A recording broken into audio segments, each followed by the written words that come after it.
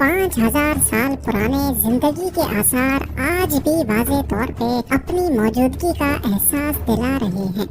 उस ज़माने कदीम में इतनी शानदार टाउन प्लानिंग देखकर इंसानी दिमाग दंग रह जाता है। जिस जमाने में एंशिएंट इजिप्शियंस अपने फेरोज की पूजा करने में मसरूफ थे, उसी जमाने में ये पक्के घर न सिर्फ पक्के बल्कि डबल स्टोरी घर, अटैच और public bathrooms, modern jacuzzi style के water proof pools, roads, sewerage system और नई टेक्नोलॉजी बनाने में मसरूफ थे। पर जानना ये है कि ये सब आखिर दुनिया के इस कोने में कैसे किया जाता था। हम किसी और की नहीं, मोहनजोदड़ो की बात कर रहे हैं। ये इंडस वैली सिविलाइजेशन की वो एडवांस सिटी थी जिसने एक्सपर्ट्स को अभी तक पहेलियों में जकेड़ रखा है। ये कौन लोग थे, क्या खाते थे, किसको पूछते थे? जहाँ दुनिया एंशिएंट ग्रीक्स और इजिप्शियंस की लैंग्वेज को डिकोड करने में कामयाब हुई, वहीं इंडस वैली के लोगों की लैंग्वेज को अभी तक क्यों डिकोड नहीं किया जा सका? क्या इसको जानबूझकर इनक्रिप्टेड रखा गया था? 5000 साल पहले कड़ी मंसूबाबंदी से इतना जदीद शहर कैसे बनाया गया? उस दौर में इंडस वैली सिविलाइजेशन का 4000 किलोमीटर दूर एंशिएंट इजिप्शियंस के साथ कौन सा सीक्रेट कनेक्शन था? और सबसे बढ़कर इतना सब कुछ होने के बावजूद भी ये लोग कहाँ चले गए? बात है दिसंबर 1922 की, जब Indian archaeologist RD. Banerjee waste India में मौजूद इंडस रिवर के किनारे शिकार पर निकले थे। उनको एक इंतहाई खूबसूरत रेड स्पॉटेड हिरन दिखा। उन्होंने अपना घोड़ा उसके पीछे भगाया, लेकिन हिरन पास में मौजूद एक जंगल के अंदर जाकर कहीं गायब हो गया। उसका पीछा करते करते आर.डी. बनर्जी थक चुके थे और उन्होंने एक दरख्त के नीचे आराम करने का फैसला किया। इसी दौरान उनका पैर एक तेज धार वाले ब्लेड से लगा। पहली नजर में ये नॉर्मल पत्थर लग रहा था, लेकिन मुआयना करने पर मालूम पड़ा कि ये 4500 साल पहले ब्रॉन्ज एज में इस्तेमाल होने वाला एक फ्लिंट स्क्रैपर था। उस वक्त ये ब्लेड जानवरों की खाल उतारने या मुख्तलिफ चीजों को काटने के लिए इस्तेमाल किया जाता था। इस गुंजान जंगल के बीच से फ्लिंट स्क्रैपर का मिलना आर.डी. बनर्जी के लिए काफी हैरत का बायस बना। लिहाजा उन्होंने इस जगह को इन्वेस्टिगेट करना शुरू किया। इतने में बैलगाड़ी पे एक लोकल शख्स आया और जंगल के एक हिस्से में से कुछ सामान निकालकर बैलगाड़ी में लोड करने लगा। उन्होंने देखा कि ये बनी बनाई ईंटें यानी ब्रिक्स थी, जो वो अपने घर में इस्तेमाल करने के लिए लेके जा रहा था। इस मौके पर आर.डी. बनर्जी, जो कि वैसे ही आर्कियोलॉजी की फील्ड में काफी एक्सपीरियंस रखते थे, वो ये समझ चुके थे कि जिस जंगल के ऊपर वो खड़े हैं उसके नीचे जरूर आसारे कदीमा का कोई शहर धंसा हुआ है। उन्होंने अपनी टीम के साथ वहीं अपना कैंप लगा लिया, कुछ लोकल्स को हायर किया और अगले 4 महीनों तक यहाँ खुदाई करते रहे। आने वाले 4 महीनों में बनर्जी को यहाँ से जो कुछ मिलने वाला था वो आर्कियोलॉजी की दुनिया में तहलका मचाने के लिए काफी था। जंगल के नीचे से स्टैम्प्स मिली जिन पर ना समझ आने वाले कैरेक्टर्स और कुछ जानवर बने हुए थे। उन्होंने स्टैम्प्स के इम्प्रेशन अपने सीनियर सर जॉन मार्शल को भिजवा दिए, जो उस वक्त आर्कियोलॉजिकल सर्वे ऑफ इंडिया के डायरेक्टर जनरल थे। बेशक ये स्टैम्प्स हजारों सालों के बाद जमीन से निकाली गई थी, लेकिन सर जॉन मार्शल इनके इम्प्रेशंस पहले भी कहीं देख चुके थे। जी हाँ, आर.डी. बनर्जी जिस जगह पर मौजूद थे वो मोहनजोदड़ो था, जबकि 2 साल पहले यहाँ से 600 किलोमीटर नॉर्थ में हड़प्पा से ऐसी ही हूबहू stamps Indian archaeologist Dayaram Sahni को भी मिली थी। ये एविडेंस इस बात को साबित करने के लिए काफी था कि मोहनजोदड़ो और हड़प्पा में रहने वाले लोग एक ही सिविलाइजेशन के 2 अलग अलग शहरों में बसते थे। शुरुआत में इसको हड़प्पन सिविलाइजेशन का नाम दिया गया, लेकिन वक्त के साथ साथ आर्कियोलॉजिस्ट को इस सिविलाइजेशन के दूसरे छोटे बड़े गांव मिलना शुरू हुए। इनमें से ज्यादातर इंडस रिवर के किनारे पाए गए। यही वजह थी कि बाद में इसको इंडस वैली सिविलाइजेशन का नाम दिया जाने लगा।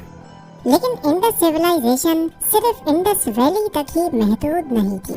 बलूचिस्तान में मकरान के कोस्ट से लेकर ईस्टर्न अफगानिस्तान, यमुना रिवर और गुजरात से लेकर नॉर्थ पाकिस्तान में भी इंडस सिविलाइजेशन के निशानात पाए गए हैं। कुल मिलाकर इस पूरे एरिया में इंडस सिविलाइजेशन की 1400 से ज्यादा छोटी बड़ी सिटीज मिल चुकी हैं। लेकिन चंद माहिरीन के मुताबिक ये नंबर 3771 तक जाता है। यानी इंडस सिविलाइजेशन ईस्ट से वेस्ट 1600 किलोमीटर तक और नॉर्थ से साउथ 1100 किलोमीटर तक फैली हुई थी। इस पूरे ऑक्यूपाइड एरिया का अगर उस वक्त की इजिप्शियन और मेसोपोटामियन सिविलाइजेशन से कंपैरिजन किया जाए तो इंडस सिविलाइजेशन इन दोनों के कंबाइंड एरिया से भी ज्यादा बड़े एरिया पर फैली थी। एक रफ एस्टीमेट के मुताबिक इस पूरी सिविलाइजेशन में 50 लाख लोग बसते थे। मोहनजोदड़ो न सिर्फ इंडस वैली सिविलाइजेशन की सबसे बड़ी सिटी थी, बल्कि दुनिया में सबसे पहले बनाई जाने वाली एडवांस्ड सिटीज में भी ये पहले नंबर पर आती है। इसको ये नाम यहाँ के लोकल लोगों ने दिया है।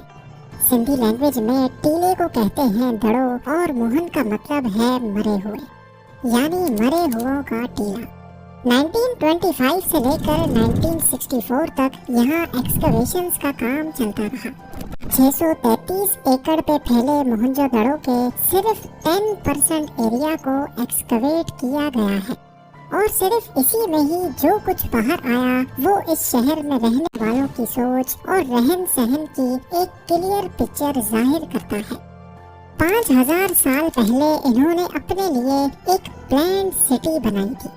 एक तयशुदा मंसूबे के मुताबिक सड़कें और गलियां बिछाई गई जो एग्जैक्टली नॉर्थ से साउथ को जाती है और जो सड़कें क्रॉस में बनाई गई वो इनके ठीक 90 डिग्रीज में बनी है। मोहनजोदड़ो की पूरी सिटी अलग अलग हिस्सों में बटी हुई देखी गई। एक अपर सिटी है जिसको सिटाडेल कहा जाता है। ये लोअर टाउन से मुख्तलिफ है जिसमें सारी इम्पोर्टेंट बिल्डिंग्स मौजूद हैं। जैसा कि आजकल की मॉडर्न सिटीज में गवर्नमेंट ऑफिसेज के लिए अलग एरिया होता है। इसमें शामिल है एक कॉलेज जहां लोगों को एजुकेशन दी जाती थी, एक ग्रेनरी यानी अनाज का गोडाउन, इसमें हवा के गुजर के लिए रोशनदान भी मौजूद थे और लोडिंग अनलोडिंग के लिए एक प्लेटफॉर्म भी। ग्रेनरी को देखकर ये अंदाजा होता है कि यहाँ की गवर्नमेंट अपने लोगों के लिए कितनी फिक्र करती थी।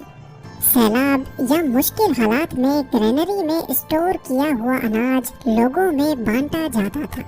इसके बाद आता है ग्रेट बाथ जो 2.5 मीटर गहरा पानी का तालाब है और इसकी दोनों साइड्स पे उतरने के लिए सीढ़ियां भी बनाई गई थी। याद रहे कि मोहनजोदड़ो का ग्रेट बाथ दुनिया में अपनी नौयत का सबसे पुराना बाथ है। 12 मीटर लंबे और 7 मीटर चौड़े इस बाथ में 2,10,000 लीटर पानी भरा जा सकता था। ये इतना ही पानी है जितना आजकल छत पे लगे 30 वाटर टैंक्स को मिला लिया जाए। पर इतना ज्यादा पानी का वजन 5000 साल पुरानी दीवारें कैसे झेलती थी? खुदाई के दौरान मालूम पड़ा कि ग्रेट बाथ की दीवारों को जिप्सम और बिटुमेन यानी डांबर से वाटर टाइट किया गया था। जिप्सम जो कि प्लास्टर के तौर पे इस्तेमाल किया गया और बिटुमेन एक वाटर प्रूफ हाइड्रोकार्बन है जो आजकल भी वाटर प्रूफिंग के तौर पे इस्तेमाल होता है। ग्रेट बाथ के चारों तरफ कुछ पिलर्स देखे जा सकते हैं। ऐसा माना जाता है कि ये पूरा तालाब एक बड़ी छत के नीचे था, जिस तरह आजकल के कवर्ड पूल्स होते हैं। इसमें पानी भरने के लिए साथ ही एक बड़ा कुआं भी मौजूद है और पूल से पानी निकालने के लिए भी एक खास सिस्टम डिजाइन किया गया था। बाथ के बॉटम पे आप ये सुराख देख सकते हैं जो कि एक बड़े नाले में निकलता है और यहाँ से पानी होता हुआ शहर से बाहर दरिया की ओर निकाल दिया जाता था। इस ग्रेट बाथ का असल मकसद क्या था ये अभी तक सही से वाज़ेह नहीं, लेकिन माहिरीन का कहना है कि यहाँ रिलीजियस एक्टिविटी होती थी। सिटाडेल यानी किले में और भी काफी बिल्डिंग्स हैं, लेकिन एक ऐसी है जो इन सब से अलग है। इसको पूरी तरह से एक्सकवेट नहीं किया गया, लेकिन ये मिस्टीरियस बिल्डिंग 4800 स्क्वायर फुट के एरिया पर फैली हुई है, जिसमें 20 बड़े बड़े पिलर्स खड़े हैं। असल में ये कोई बड़ा असेंबली हॉल था जिसमें यहाँ के ऑफिशियल्स इकट्ठे होते थे, या फिर कोई सेरेमोनियल हॉल जहाँ छोटे बड़े फंक्शंस किए जाते थे। जितने भी स्ट्रक्चर्स, बल्कि पूरा शहर ही एक उठे हुए प्लेटफॉर्म पे बना हुआ है। ऐसा नॉर्मली सिर्फ तभी किया जाता है जब घरों को बारिश के पानी या फिर सैलाब से महफूज रखना हो। आज भी मोहनजोदड़ो सिंध के जिस हिस्से में मौजूद है, यहाँ हर दूसरे साल बारिशों की वजह से पूरे गांव सैलाब की जद में आ जाते हैं। इसका मतलब ये हुआ कि ये कोई इत्तेफाक नहीं, बल्कि 5000 साल पहले सैलाब को नजर में रखते हुए पूरे शहर को ही उठे हुए प्लेटफॉर्म्स पे एक खास प्लान के तहत बनाया गया था। लेकिन पूरे शहर को प्लेटफॉर्म पे बनाने का मकसद सिर्फ बारिश के पानी से ही बचना नहीं था, बल्कि मोहनजोदड़ो के लोग एक नया सिस्टम इजाद कर चुके थे जो इससे पहले दुनिया में कहीं नहीं देखा गया। जी हाँ, पूरी सिटी में शानदार ड्रेनेज सिस्टम इंस्टॉल किया गया था। शहर की हर बिल्डिंग और छोटे से छोटा घर भी इस ड्रेनेज सिस्टम के साथ कनेक्टेड था। उस दौर में वो लोग ये जान चुके थे कि ड्रेनेज के पानी को शहर से बाहर निकालने के लिए पूरे शहर का उठे हुए प्लेटफॉर्म्स पे बनना बहुत जरूरी है। ये सीवरेज सिस्टम कोई मामूली नहीं था, बल्कि हर थोड़े फासले के बाद इसमें मैन होल्स रखे गए थे ताकि ब्लॉक होने की सूरत में कचरा साफ किया जा सके। इसके अलावा सीवरेज सिस्टम को लाइमस्टोन के पत्थरों से ढका गया था। ये न सिर्फ किसी हादसे से बचने के लिए, बल्कि लाइमस्टोन की खासियत है कि वो बदबू को अपने अंदर एब्जॉर्ब कर लेता है। इससे आप अच्छी तरह अंदाजा लगा सकते हैं कि यहाँ के लोग सफाई को लेकर कितने सीरियस थे। उस वक्त एंशिएंट इजिप्शियंस और मेसोपोटामियंस के पास भी ऐसा ड्रेनेज सिस्टम नहीं था और न ही ऐसे रोड्स। मोहनजोदड़ो में सिर्फ 10% एक्सकवेशंस में ही 700 वेल्स मिली हैं, 700 कुएं। हालांकि पहले तो इंडस रिवर में पानी काफी ज्यादा था जो बिल्कुल इसके बराबर से गुजरती थी, लेकिन फिर भी यहाँ जगह जगह पर कुएं देखे जा सकते हैं। पब्लिक के लिए बड़े कुएं थे, जबकि कई घरों में भी छोटे छोटे कुएं मौजूद थे। किले से हटकर लोअर टाउन में ज्यादातर सिर्फ घर, मार्केट्स और इंडस्ट्रियल जोन बना हुआ था। खास तौर पर किले के ईस्ट में वाक़े इस एरिया में यहाँ के बिजनेसमैन या फिर ज्यादा मालदार लोग रहते थे। यहाँ सिर्फ घर ही नहीं, बल्कि डबल स्टोरी घर भी बने थे, जिनके बरामदे से चौड़ी सीढ़ियाँ ऊपर वाले फ्लोर्स पे जाती हैं। इनकी छत जिन पिलर्स पर खड़ी थी, वो निशानात आज तक वाज़ेह हैं। यहाँ के कुएं 10 फुट तक उठे हुए, जो खास फर्स्ट फ्लोर पर रहने वालों के लिए बनाए गए थे। मार्केट में एक दुकान ऐसी भी थी जिसके अंदर टेक अवे विंडो मौजूद थी, जैसा कि आजकल के मॉडर्न फास्ट फूड रेस्टोरेंट्स में होती है। एलीट क्लास के इस एरिया में एक घर की दीवार दूसरों से काफी मुख्तलिफ है। अंदर से ये मिट्टी से बनाई गई है, जबकि इसके बाहर वाला पोर्शन पक्की ईंटों का बना है। ये खास एहतमाम इस घर को ठंडा रखने के लिए किया गया था। परफेक्ट प्लानिंग का अंदाजा आप इस बात से लगा लें कि तमाम लोअर टाउन्स के बीच से गुजरने वाली चौड़ी सड़क बिल्कुल सीधी बनाई गई थी, जिसको गूगल अर्थ से भी देखा जा सकता है। शायद ये सड़क उस वक्त का इम्पोर्टेंट ट्रेड रूट था। मोहनजोदड़ो की दीवारों में यहाँ जिंदगी की झलक आज भी नजर आती है। एक दीवार में मिट्टी के बर्तन और बैंगल्स के टुकड़े, इस्तेमाल शुदा कोयले और हड्डियों के पीसेस भी दिखाई दिए। पर हड्डियों के टुकड़ों और इस्तेमाल शुदा कोयलों का दीवारों के अंदर क्या काम? ये एक इशारा भी हो सकता है उस कुदरती आफत का जिसने मोहनजोदड़ो को इन खंडरात में बदल दिया है, जैसा कि फ्लड्स यानी सैलाब। हड्डियों की बात हो ही रही है तो आपको बताते चले कि यहाँ से टोटल 37 ढांचे मिल चुके हैं। जिनमें से 14 ढांचे एक ऐसे कमरे से मिले जिसको रूम नंबर 74 कहा जाता है, या फिर आसान लफ्जों में स्केलेटन रूम। इसी स्केलेटन रूम में से 14 ढांचे निकाले गए, लेकिन ये ढांचे पूरे नहीं थे, यानी किसी का निचला हिस्सा नहीं था तो किसी का सर नहीं था। इस मंजर की ब्लैक एंड व्हाइट फोटो आज भी म्यूजियम में पड़ी है। पर सवाल ये है कि सिर्फ एक ही रूम में इतनी लाशें क्यों रखी गई थी? क्या ये लोग दब कर मर गए या फिर मरने के बाद इनको यहाँ लाकर किसी ने रखा था? इस बारे में कुछ भी कहा नहीं जा सकता। इस एरिया में घरों के दरमियान गुजरने वाली एक गली है जिसको डेड मैन लेन का नाम दिया गया है, क्योंकि यहाँ से भी एक बिना सर के ढांचा मिला था। HR एरिया के बराबर में VS एरिया है, जहाँ एक अनोखा कमरा मौजूद है। इसी कमरे की जमीन पर ईंटों से गोल गोल होल्डर्स बने हैं और इसी कमरे में एक कुआं भी मौजूद है। ऐसा मालूम होता है कि इन होल्डर्स में कोई बर्तन या बड़ी कढ़ाई रखी जाती थी।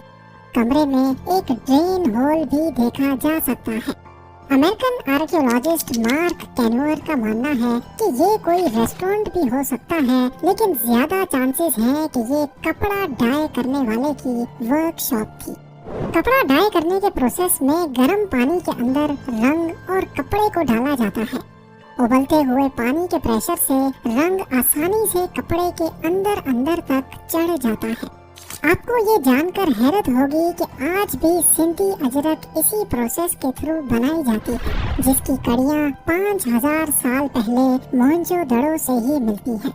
1925 में यहाँ से मिलने वाले प्रीस्ट किंग के स्कल्पचर को भी कंधे पर एक अजरक जैसी शॉल पहनी हुई है। पर क्या ये प्रीस्ट किंग वाकई मोहनजोदड़ो का रूलर या बादशाह था? मोहनजोदड़ो से मिलने वाले स्कल्पचर को देखा जाए तो इसमें एक शख्स की साफ सुथरी दाढ़ी है।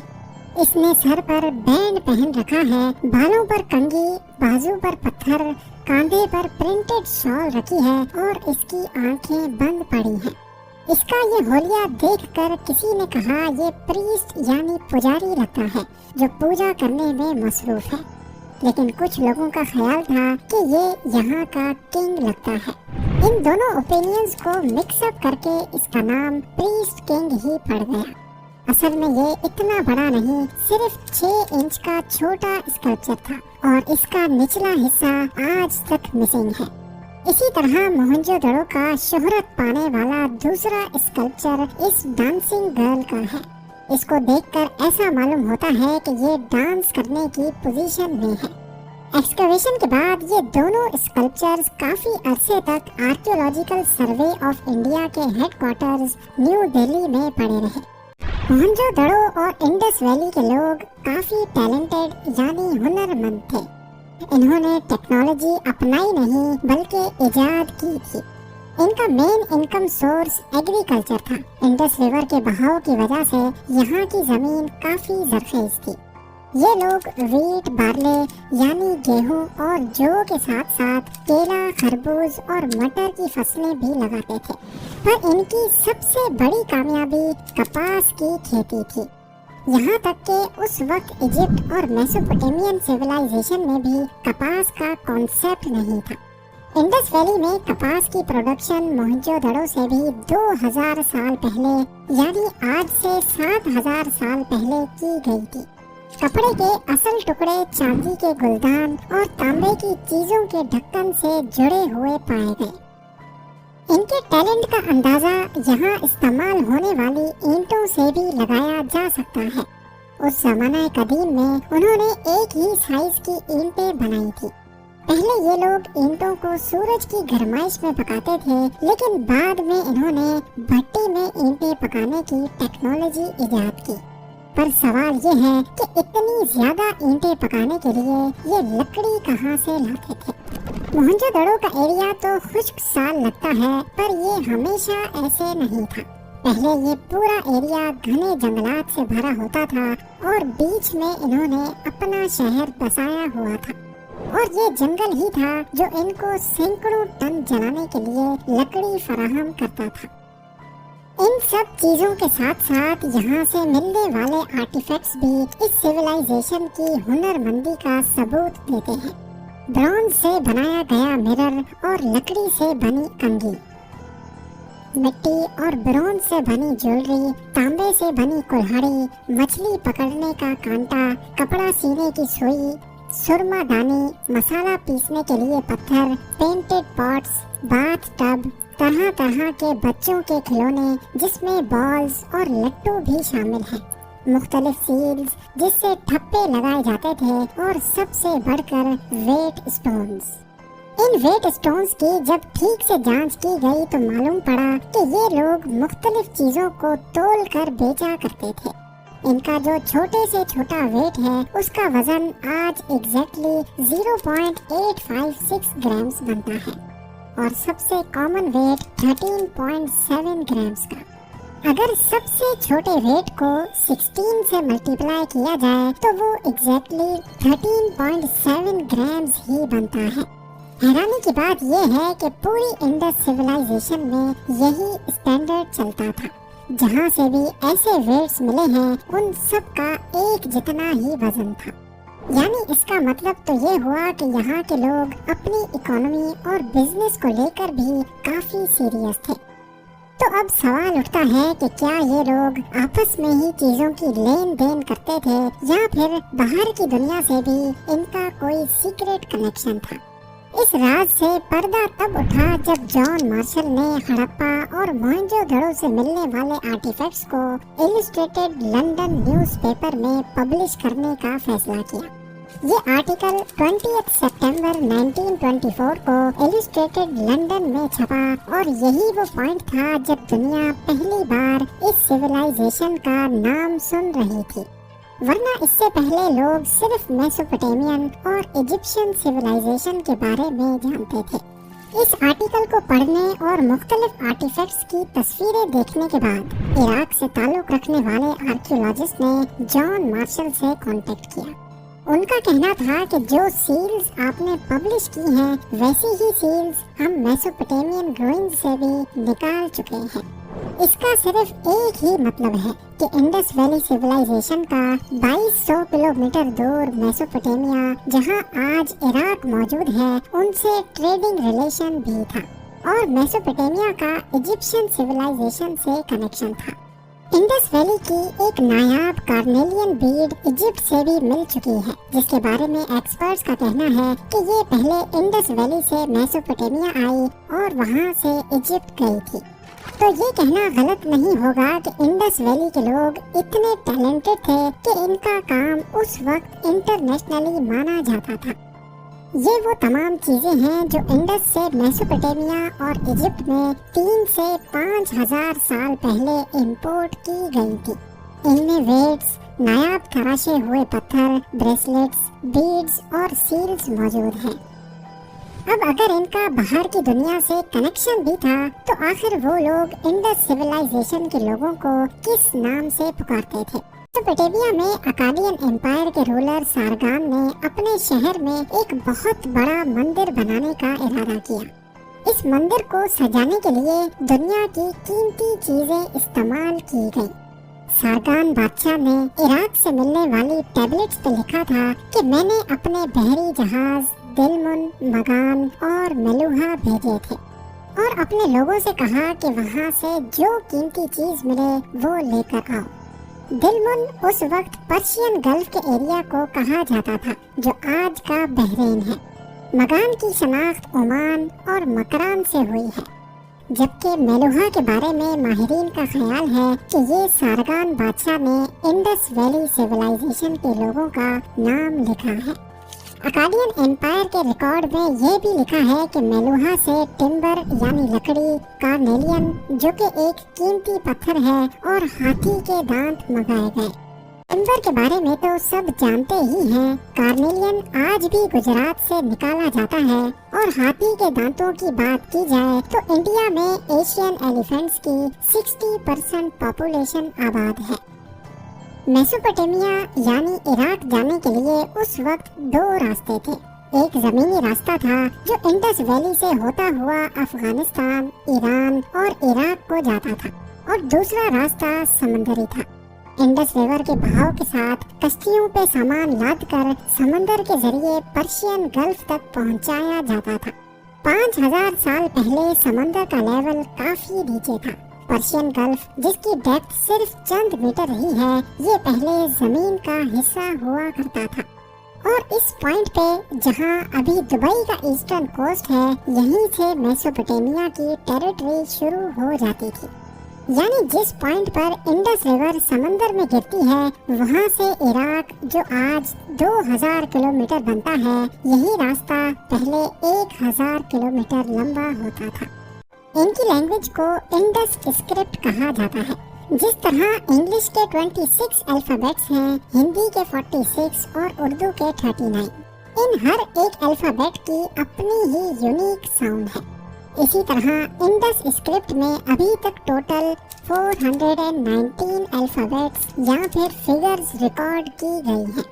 अभी तक कई अटेम्प्ट्स किए जा चुके हैं, लेकिन इंडस स्क्रिप्ट ताहाल अभी तक डिकोड नहीं हो पाई। स्क्रिप्ट के बारे में सिर्फ इतना जानते हैं कि ये राइट से लेफ्ट लिखी जाती थी, और वो भी ऐसे मालूम पड़ा क्योंकि कुछ टैबलेट्स में जब लेफ्ट साइड पे जगह कम पड़ रही थी, तो लिखने वाले ने कैरेक्टर्स को छोटा करके फिट कर दिया। इंडस स्क्रिप्ट की कॉम्प्लेक्सिटी देखकर कई एक्सपर्ट्स का ख्याल है कि ये एक एन्क्रिप्टेड लैंग्वेज थी, और शायद ऐसा जानबूझकर किया गया था ताकि इसके बारे में कोई जान ना पाए। और अब हम जानते हैं एक ऐसी चीज के बारे में जो मोहनजोदड़ो में मौजूद तो है, लेकिन असल में ये उन्होंने बनाई नहीं थी।